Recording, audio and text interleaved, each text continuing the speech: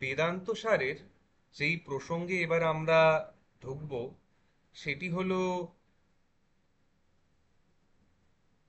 পঞ্চকোশ এবং অবস্থাত্রয় এবং শরীরত্রয়।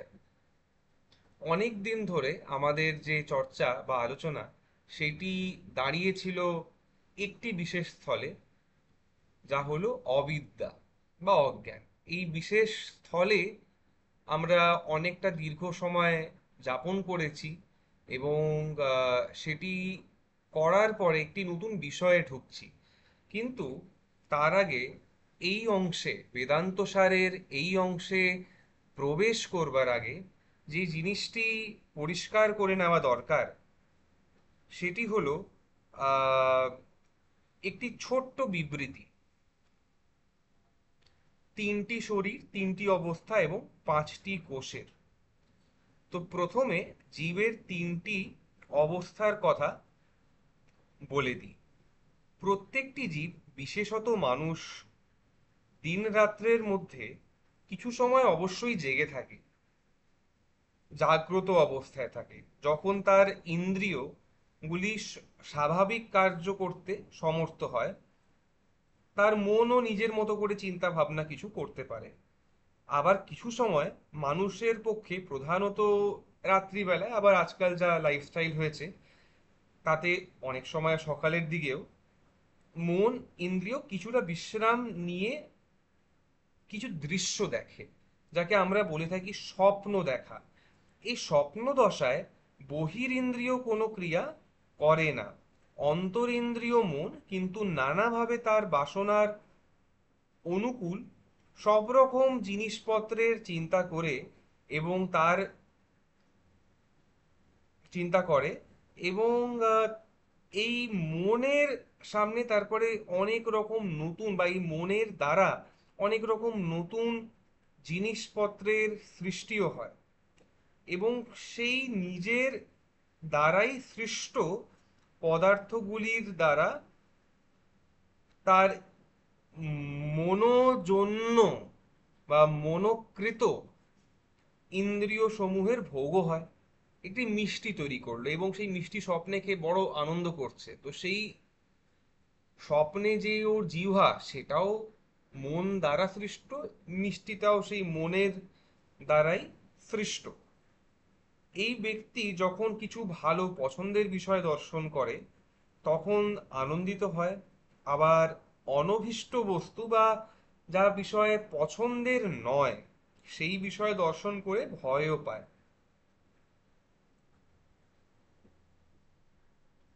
কিছু সুপ্ত সংস্কার বা বাসনা থাকে, তার থেকে কিছু বিষয় জন্মে আসে এবং সেই বিষয়ের যখন দর্শন হয় তার থেকে মানুষের সুখ, দুঃখ, মোহ ইত্যাদির সৃষ্টি হয়।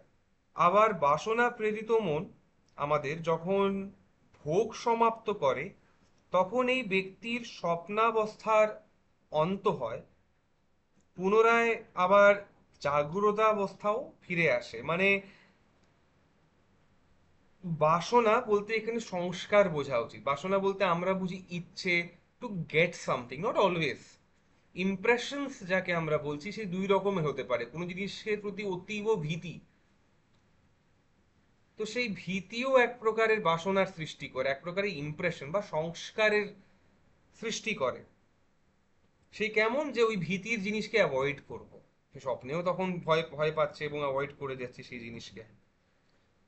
এবার যাই হোক, যখন এই বাসনাগ্রস্ত বা বাসনা প্রেরিত বলা বেটার, বা বা বাসনা প্রেরিত মন যখন নিজের ভোগ সমাপ্ত করে তখন ব্যক্তির এই স্বপ্ন অবস্থার শেষ হয় এবং সে আবার জাগ্রত অবস্থায় চলে যায় বা হয়তো ঘুমে চলে গেল, ঘুমিয়ে পড়ল।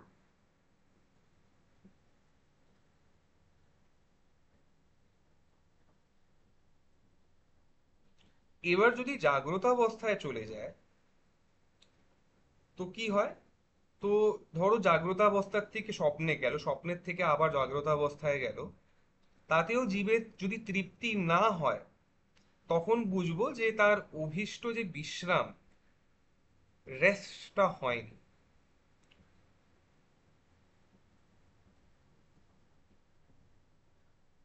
স্বপ্নের যে অবস্থা, তাতে যা হয় যে বাইরের যে ইন্দ্রিয়গুলি, তার ঠিক আছে একটা রেস্ট পাওয়া যাচ্ছে, যে my eyes are not seeing, I am not listening to anything, I am not talking a lot, কিন্তু মনের তো বিশ্রাম হচ্ছে না।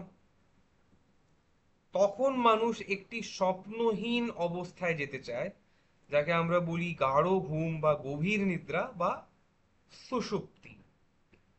কোনো রাত্রিতে ধরো যদি বেশ অনেকক্ষণ ধরে স্বপ্নহীন ঘুম হয়, বা কোনো স্বপ্ন নেই, তখন আমরা বলি যে বেশ ভালো ঘুমিয়েছি।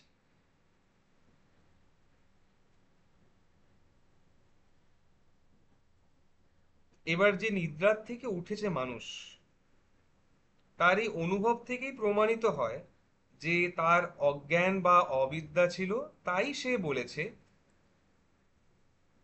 ওই ঘুমের অবস্থায় যে কিছুই জানতে পারিনি, বেশ দিব্যি ঘুমিয়েছি।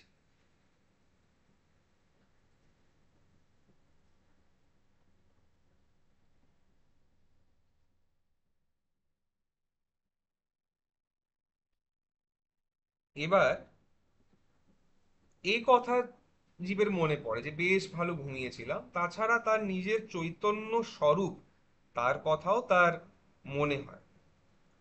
ধরো আহ যদি সে কিছু নাও জানতে পারে, তাও সে নিজের স্বরূপকে অনুভব করে। কিভাবে করে?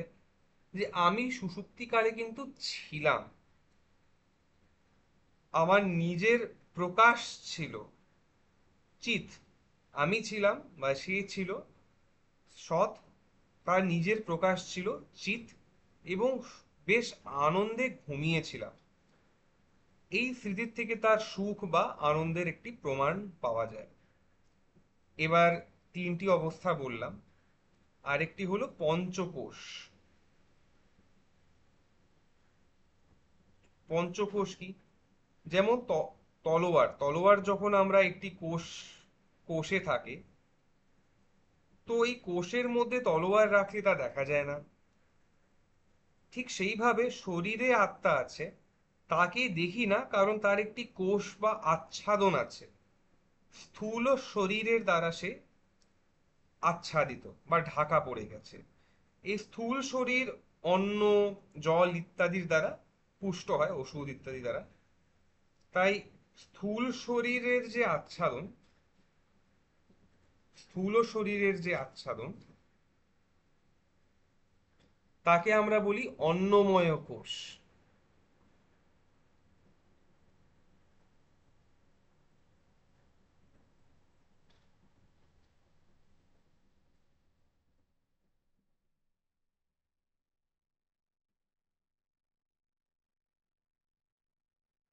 এবার অনেক সময় থাকে যে এই স্থূল শরীরকে আমরা অক্ষত দেখি, কিন্তু তার দিকে যে তাদের আত্মা আছে এর কোনো গ্যারেন্টি নেই। ধরো একটি এমন রোগ হলো যে শরীরটা দেখে বাইরে থেকে মনে হচ্ছে হ্যাঁ ঠিকই, there are no issues, but then the person has passed away. কিন্তু যদি দেখি যে শ্বাস প্রশ্বাসের ক্রিয়া থাকে বা অন্যান্য লাইফ ইন্ডিকেটরস, তখন বুঝতে পারি যে তাতে আত্মা আছে শরীরে। এই প্রাণক্রিয়া বা এই শ্বাস প্রশ্বাসই এই আচ্ছাদিত ঢাকা পড়া আত্মার সত্তাকে সিদ্ধ করে। এই প্রাণক্রিয়াকে বলা হয় প্রাণময় কোষ।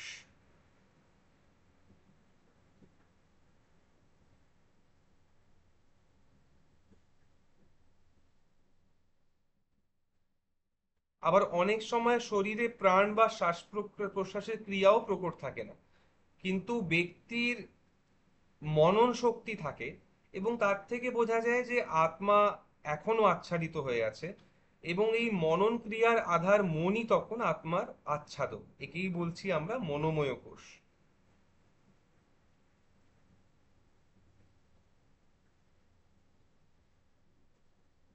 যখন বোধ শক্তি বা বিচার শক্তি আচ্ছাদিত থাকে, আর তার ফলে চেতনার বা আত্মার স্ফূর্তি হয়, তখন সেই বিচার শক্তি প্রধান বা বিজ্ঞান প্রধান কোষকেই বিজ্ঞানময় কোষ বলা হয়। সুষুপ্তিকালে ইন্দ্রিয় মন বুদ্ধি কিছুই অ্যাক্টিভ থাকে না, কিন্তু তাতে চৈতন্যের একটি প্রতীতি থাকে।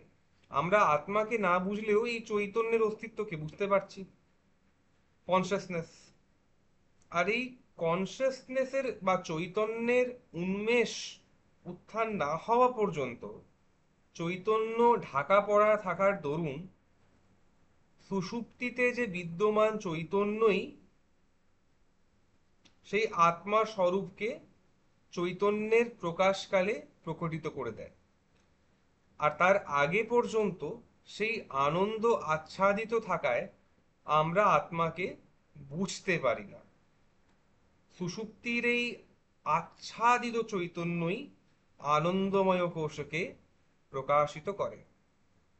ঠিক এইভাবেই এবার তিনটি শরীরের কথায় চলে আসি। পাঁচটি কোষ হলো এই যে স্থূল, এবার ত্রিবিধ শরীরের প্রসঙ্গে ঢুকছি। স্থূল শরীর বা রক্ত মাংস চর্ম ইত্যাদি দিয়ে যে আমাদের স্থূল শরীর মাতার গর্ভের থেকে প্রকাশিত হয়ে আসে, সেই স্থূল শরীরকে বলা হচ্ছে অন্নময় কোষ। আর তাতে ক্রমশ শ্বাস প্রশ্বাসের ক্রিয়া চলতে থাকে এবং কর্মেন্দ্রিয় পঞ্চপ্রাণের স্ফুরণ হতে থাকে। তাকেই বলছি প্রাণময় কোষ। এই প্রাণময় কোষটা আবার স্থূল শরীরের অন্তর্ভুক্ত নয়, এর থেকে স্থূল শরীরের প্রকাশ ঘটে এবং এরপরে ক্রমশ জ্ঞানেন্দ্রিয় মনের স্ফুরণ হয়, তাকেই বলে মনোময় কোষ। পঞ্চ জ্ঞানেন্দ্রিয়ের সঙ্গে বুদ্ধির স্ফুরণ হলে তাকে আমরা বলি বিজ্ঞানময় কোষ। এই তিনটি কোষ অর্থাৎ প্রাণময়, মনোময় ও বিজ্ঞানময় কোষ নিয়েই আমাদের স্থূল শরীরের গোটা অস্তিত্বটা। সুষুপ্তিকালে বিদ্যমান যে আনন্দময় কোষ তাকে বলা হচ্ছে কারণ শরীর। স্থূল শরীরের অতিরিক্ত যে সূক্ষ্ম এবং কারণ শরীর স্বীকার করছি, তার দরকারটা কি? আমরা সাধারণত দর্শন শাস্ত্রের একটা জিনিস মেনে থাকি, সেটা হচ্ছে ভালো কর্মের শুভ ফল আর অশুভ কর্মের অশুভ ফল হয়। আবার যিনি কর্ম করছেন তাকে সে কর্মের ফল পেতে হয়। তো মৃত্যুর ঠিক পূর্বকালে কোনো শুভ বা অশুভ কর্ম করলে তাকে আর ফল পেতে হয় না, এটা আমরা অনেকেই সাধারণত ধারণা করে থাকি। কিন্তু তা হতে পারে না। শুভ বা অশুভ কর্ম করলে ফল কর্মীকে পেতেই হবে। সুতরাং মৃত্যুর জাস্ট আগে যদি কোনো শুভাশুভ কর্ম করে থাকে, তাহলে তাকে তার ফল পেতেই হবে এবং তার জন্য স্থূল শরীর শেষ হলেও ব্যক্তিকে একটি নতুন জন্মে এই ফল পেতে হবে। পূর্ববর্তী এবং পরবর্তী জন্মের মধ্যে কোন বস্তুটি অপরিবর্তিত থাকে তাই ভাববার বিষয়। পূর্বজন্মে যেমন সুখ অভিপ্রেত ছিল, আমরা চাইতাম সুখ এবং দুঃখ চাইতাম না, এই জন্মেও ঠিক তেমনটিই হবে। পূর্বজন্মে যেমন কান বা চোখের সাহায্যে রূপ রস গন্ধ স্পর্শর ভোগ হচ্ছিল, এখনো ঠিক তাই হয়। মন ও বুদ্ধির সাহায্য না থাকলে এইসব ইন্দ্রিয়ের কোনো ভোগও হবে না। শ্বাস প্রশ্বাসের যেমন ক্রিয়া পূর্বজন্মের আমার অনুকূল বা প্রতিকূল ছিল, তেমনটি এই জন্মেও হতে হবে। সুতরাং 17টি অবয়ব নিয়ে পূর্বজন্ম ও উত্তর জন্মের মধ্যে একটি যোগসূত্র স্থাপন হয়েছে বা একটি কানেকশন স্থাপন হয়েছে, যাকে বলা হচ্ছে সূক্ষ্ম শরীর। এই সূক্ষ্ম শরীর ছাড়াও পূর্ব উত্তর জন্মের একটি যোগসূত্রও আছে, যা হলো কারণ শরীর। এই কারণ শরীরের একটি কম্পোনেন্ট আছে, একটি মাত্র কম্পোনেন্ট, যা হচ্ছে অজ্ঞান। তো সকল কার্য পদার্থ, সকল কার্য পদার্থের মূল হচ্ছে অজ্ঞান। কারণ অজ্ঞান থেকেই নানাত্ব দর্শন হচ্ছে, ভেদ দর্শন হচ্ছে, বৈচিত্র্য দর্শন হচ্ছে। সেই অজ্ঞান থেকেই সূক্ষ্ম শরীরের উৎপত্তি হয়। সূক্ষ্ম শরীরেই আবার যোগ্য স্থূল শরীরের বা কর্মানুসারে প্রাপ্য স্থূল শরীরের উৎপত্তি ঘটে।